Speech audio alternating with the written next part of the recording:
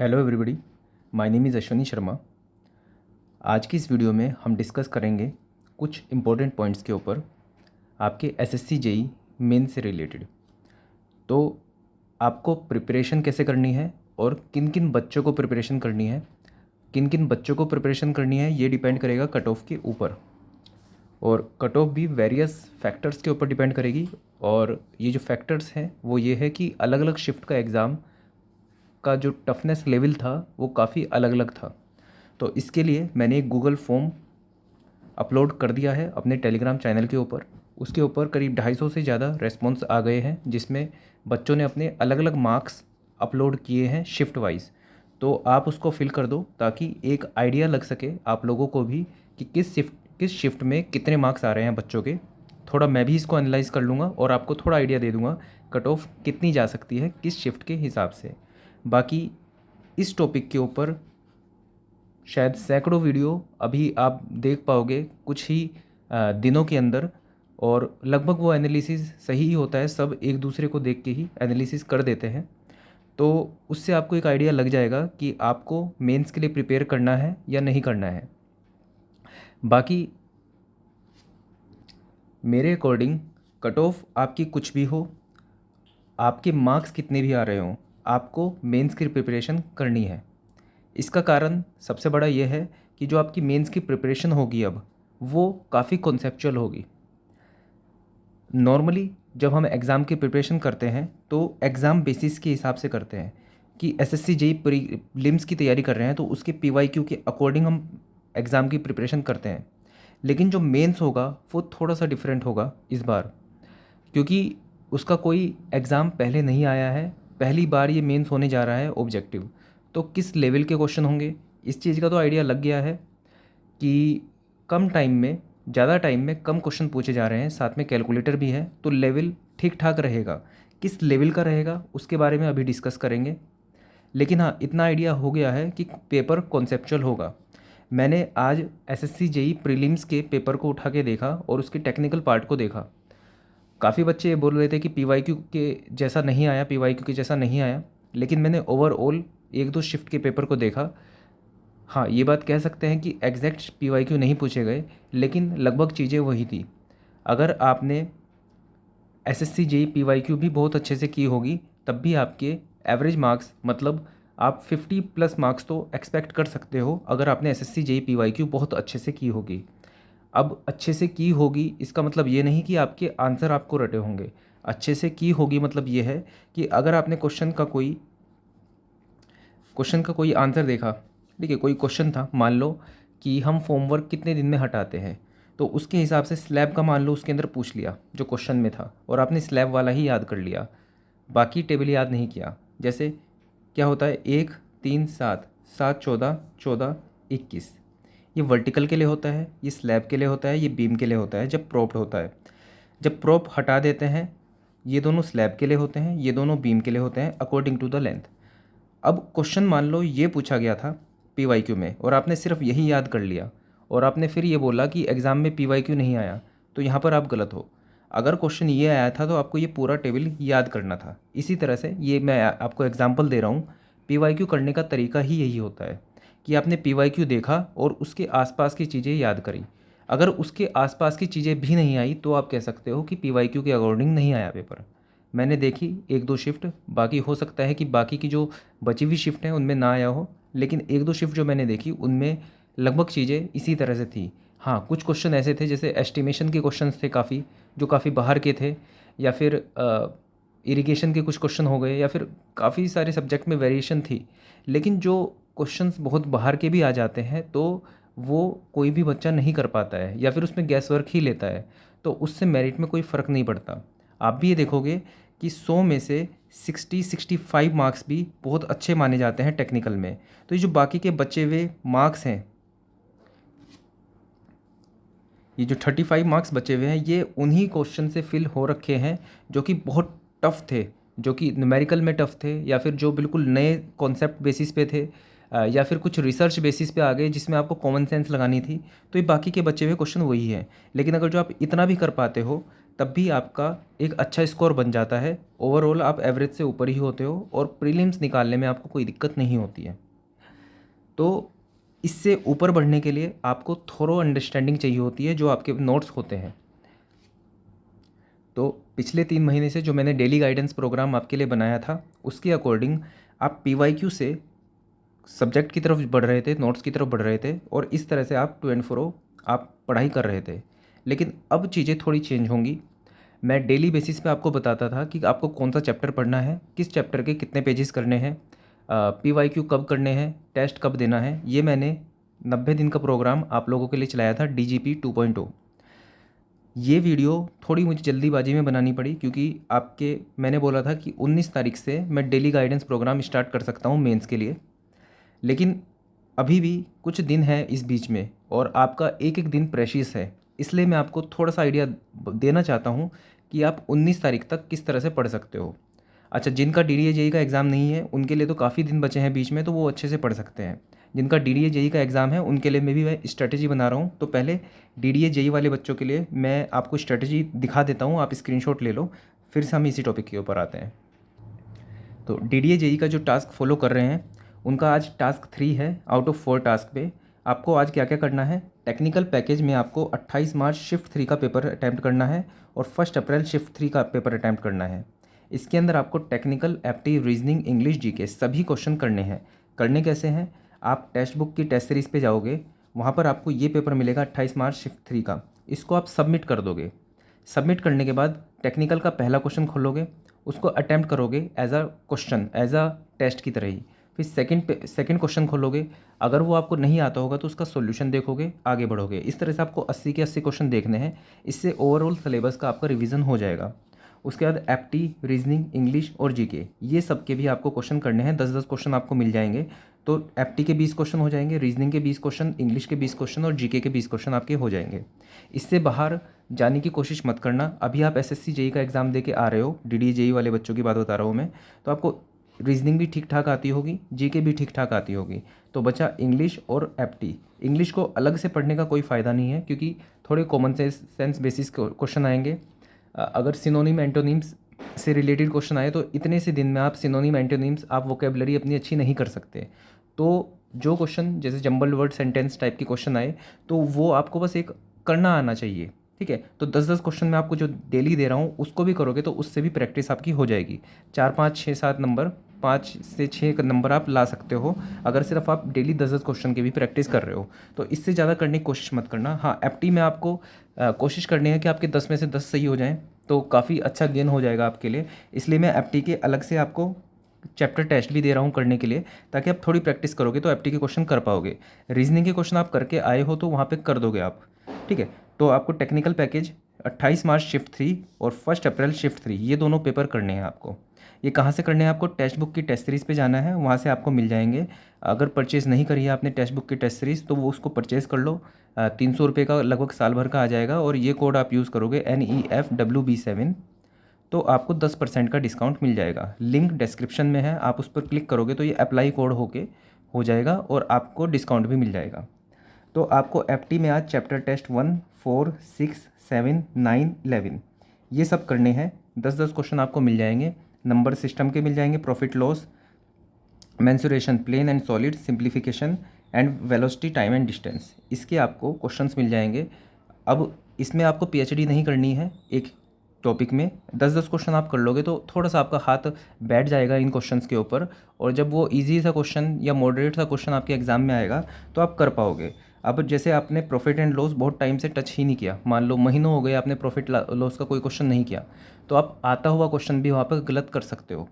जैसे मेंसुरेशन का प्लेन या सॉलिड का वॉल्यूम निकालना आया, ठीक है, किसी भी ऑब्जेक्ट का, आप कर सकते हो इस क्वेश्चन को, लेकिन एंड टाइम पे आपको फॉर्मूला याद नहीं आ रहा है।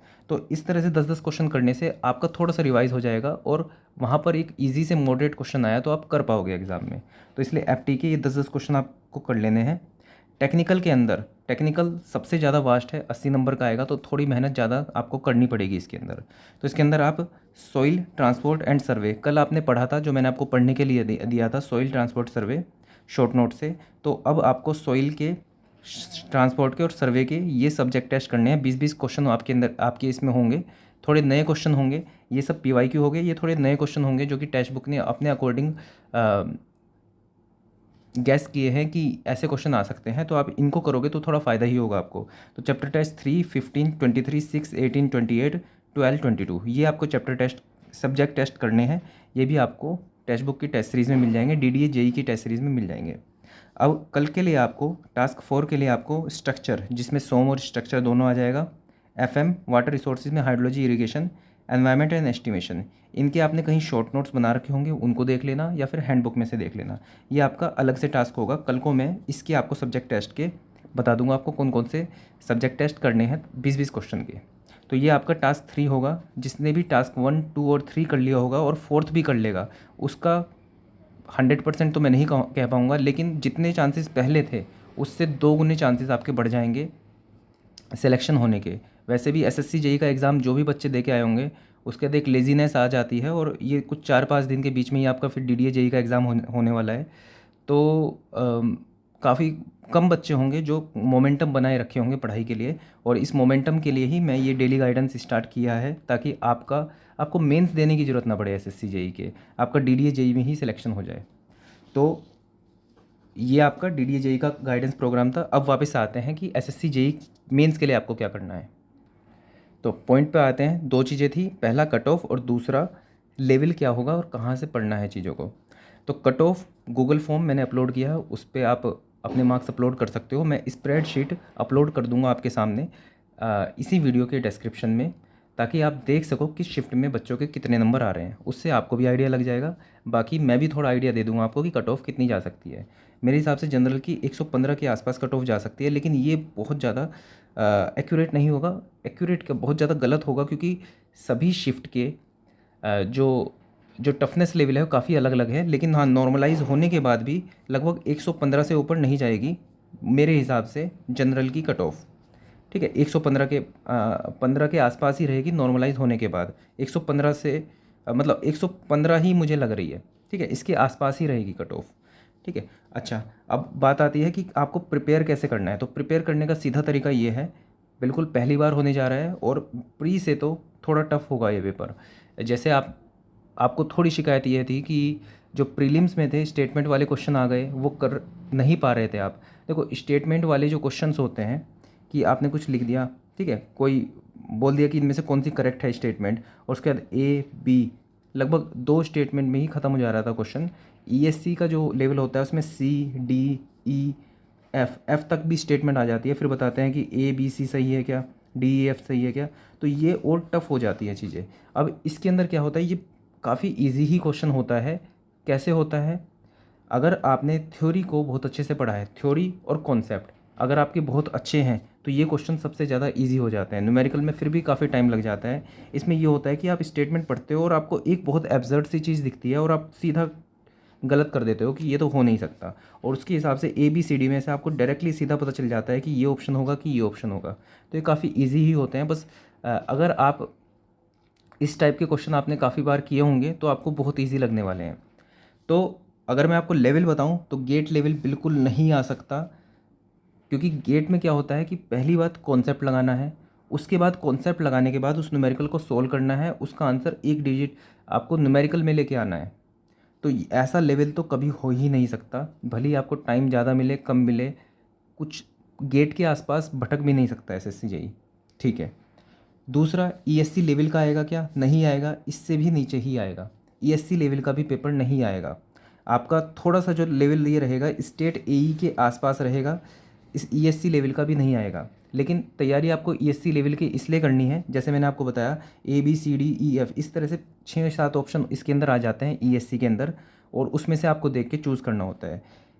ये जो SSC JEE का मेंस आएगा मेरे हिसाब से, उसमें ज़्यादा से ज़्यादा 2 या 3 ऑप्शन दे देंगे, 3 स्टेटमेंट दे देंगे, 4 दे देंगे। ठीक है, उससे फालतू नहीं दे सकते, उससे ऊपर लेवल नहीं जा सकता SSC JEE का। तो अगर आप ESC के लिए प्रिपेयर कर रहे हो तो आप 1-2 लेवल ऊपर ही प्रिपेयर कर रहे हो SSC JEE के अकॉर्डिंग। तो लेवल तो पता चल गया, लेकिन प्रिपेयर कैसे करना है। प्रिपेयर आपको ESC से कर सकते हो आप आराम से। जैसे मैंने बोला, अगर जो ESC से आपने प्रिपेयर कर लिया तो आप 1-2 लेवल ऊपर ही हो एसएससी जेई से। अच्छा, तो इसके अंदर किताब कौन सी ले सकते हो? किताब इसके अंदर ईएससी की पीवाईक्यू आप ले सकते हो, लेकिन आईएएस मास्टर की खरीदना, क्योंकि आईएएस मास्टर के जो एक्सप्लेनेशन है वो बहुत अच्छे हैं। जैसे कि आपने एसएससी जेई की पीवाईक्यू भी देखी होगी प्रीलिम्स के लिए, उसके भी एक्सप्लेनेशन बहुत अच्छे थे, तो आईएएस मास्टर के एक्सप्लेनेशन बहुत अच्छे हैं। दूसरा वाई सी टी यहाँ पर भी काम करेगी। आपको लग रहा होगा वन लाइनर टाइप के हैं, नहीं, वाई सी टी यहाँ पर भी काम करेगी। और एसएससी जेई मेंस में आप देखोगे कि वाई सी टी से आपको कितना फ़ायदा होगा। इसका लेवल स्टेट एई के आसपास ही भटकेगा, ज़्यादा इधर उधर नहीं जाएगा। ईएससी थोड़ा ऊपर ही हो गया, लेकिन आपको ऊपर की ही तैयारी करनी है क्योंकि पहली बार होने जा रहा है पेपर। तो किताबें, इन दोनों किताबों पर आपको फोकस करना है। और नोट्स कहाँ से लेने हैं? नोट्स आपको मैं अपलोड कर दिए हैं मैंने, तो आप जसपाल सर के नोट्स फॉलो कर सकते हो, बिल्कुल एवरग्रीन नोट्स हैं। सब चीज़ें आपको उसमें मिल जाएगी, तो आप जसपाल सर के नोट्स फॉलो कर सकते हो। अब डाउट एक ये आएगा कि 2 महीने में, इसका मतलब तो ये हुआ 2 महीने में आपको पूरी सिविल इंजीनियरिंग कंप्लीट करनी पड़ेगी, तब जाके आपका सिलेक्शन होगा। ये बात बिल्कुल सही है कि 2 महीने में आपको सिविल इंजीनियरिंग बिल्कुल डेप्थ में पढ़नी पड़ेगी अगर आपको ईएससी लेवल के क्वेश्चन करने हैं। लेकिन इसका सॉल्यूशन वही है जो कि मैं डेली गाइडेंस प्रोग्राम में आपको बताता हूँ। 19 तारीख से मैं डेली गाइडेंस प्रोग्राम स्टार्ट करूँगा। ये बिल्कुल फ्री ऑफ कॉस्ट होगा। जैसे कि मैंने प्रीलिम्स के लिए स्टार्ट किया था, मैं हर दिन आपको बताऊँगा कि आपको आज क्या पढ़ना है। जैसे सॉइल है, जैसे आरसीसी है। अब आरसीसी है, आरसीसी अपने आप में इतना बड़ा सब्जेक्ट है कि 2-3 महीने तो आपको बड़े आराम से लग जाएंगे इसे कंप्लीट करने में। लेकिन हर एक चीज़ इसके अंदर नहीं पढ़नी होती। जैसे अब आप फाउंडेशन का डिज़ाइन पढ़ने लगो, क्या फाउंडेशन डिज़ाइन करवा लेगा आपसे? क्या 2 वे स्लैब डिज़ाइन करा लेगा आपसे? क्या आपसे रिटेनिंग वॉल डिज़ाइन करा लेगा या वाटर टैंक डिज़ाइन करा लेगा? नहीं कराएगा। आपसे क्या करा सकता है? आपसे प्रोविज़न्स पूछ सकता है, वाटर टैंक के प्रोविज़न्स पूछ सकता है, फाउंडेशन के प्रोविज़न पूछ सकता है, ठीक है, रिटेनिंग वॉल के प्रोविज़न पूछ सकता है, लेकिन डिज़ाइन नहीं करा सकता। डिज़ाइन कराएगा तो आपको सिंपल स्लैब का डिज़ाइन आता है, तो उससे आप क्यूबीडी स्क्वायर करके आप सिंपल एमयू लिमिटिंग निकाल के दिखा सकते हो, या फिर सिंपल कंडीशंस पूछ लेगा कि डबली रीइंफोर्स किस कंडीशन में देते हैं, या फिर आपसे लिमिट स्टेट की एजम्पशंस पूछ लेगा। मतलब इतने बेसिक लेवल पे वो जा सकता है, भले ही कितना भी ऊपर लेवल बढ़ा ले, लेकिन इतना नहीं होगा कि वो डिज़ाइन करवा ले आपसे। क्योंकि डिज़ाइन कराने वाला, सिंपल सी बात इतना भी समझो कि अगर जो डिज़ाइन कराने का क्वेश्चन आ भी गया एक आधा, तो वो कोई भी नहीं कर पाएगा। तो आपको उस लेवल तक तो नहीं जाना कि आप अकेले ऐसे बंदे हो जो पूरे पेपर का वो क्वेश्चन सोल्व कर पा रहे हो। ऐसा नहीं बनना है आपको। आपको बस इतना बनना है कि जो हर बच्चा क्वेश्चन कर पा रहा है वो आप कर पाओ, और उसके बाद 1-2 क्वेश्चन और आपने एक्स्ट्रा कर लिए तो आपका सिलेक्शन हो गया। इस इस थियरी पे आपको चलना है। उसके हिसाब से आपको क्या करना है, 19 तारीख से मैं डेली गाइडेंस प्रोग्राम स्टार्ट करूँगा, या 20 तारीख से। और मैं आपको डेली आपको बताऊँगा कि जैसे आरसीसी है, तो आरसीसी में आप सिर्फ आज ये चैप्टर पढ़ लो, इस चैप्टर में से नोट्स के ये पेजेस पढ़ लो, और ये वाले क्वेश्चन कर लो ईएससी पीवाईक्यू के या वाईसीटी के ये क्वेश्चन कर लो। मैं आपको इस तरह से गाइड करूँगा ताकि डेली बेसिस पे आप उस हिसाब से पढ़ पाओ।